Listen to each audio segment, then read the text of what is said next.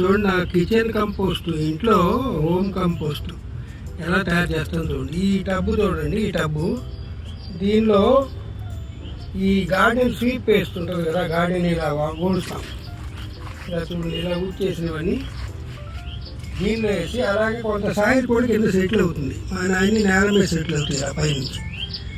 అది కూడా ఊడ్చేసి దీంతో వేసి, దీనిలో చూడండి 2 టబ్బులు, 3 తయారు చేసి చూపిస్తాం.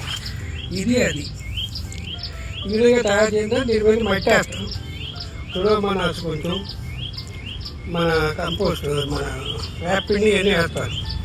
ఇవి తర్వాత తయారైంది చూపిస్తాను, ఎలా తయారైందో 50 days అది చూపిస్తాను. చూడండి, ఇది ఈజీ, ఇంట్లోనే తయారైపోతుంది. ఇలా మనం ఎక్కడైనా ప్రొటెక్షన్ చేసి నీళ్ళు పడకుండా పెట్టుకుంటే చాలన్నమాట. చూసారు కదా, అలాంటి టబ్బే ఇది కూడా. దీనిలో 50 days బ్యాక్ అలా చేశాను అనమాట. చేస్తే ఇది ఎలా తయారైందండి. ఇది మనం ఏదైనా ప్లాస్టిక్ పేపర్లు అవి ఉంటే ఇవన్నీ నాన్ డీకంపోజబుల్ అన్నీ ఇలా సెపరేట్ అయిపోతాయి. మనం ఇలా చూస్తుంటే అన్నీ తెలిసిపోతాయి. దీని నాన్ డీకంపోజబుల్ స్టిక్స్, డీకంపోజ్ రేట్గా ఇవన్నీ ఇవ్వండి ఇలా వచ్చేస్తాయి. ఇలా వచ్చేస్తే మనం సపరేట్ చేసుకోవచ్చు.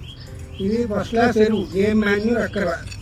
దీనిలో మనకు కావాల్సిన ఎన్పీకేలు, మెగ్నీషియం, జింకు అన్నీ ఉంటాయి అన్నమాట. ఈ విధంగా ఈజీగా తయారు చేసుకోవచ్చు. మీరు ట్రై చేయండి. Very simple, very easy. ఇది kitchen compost, kitchen waste, vegetable and soil and garden sweep, garden leaves అవన్నీ కలిపి ఇలా తయారవుతుంది అనమాట. Very easy. Please you can try. Very rich compost for our garden.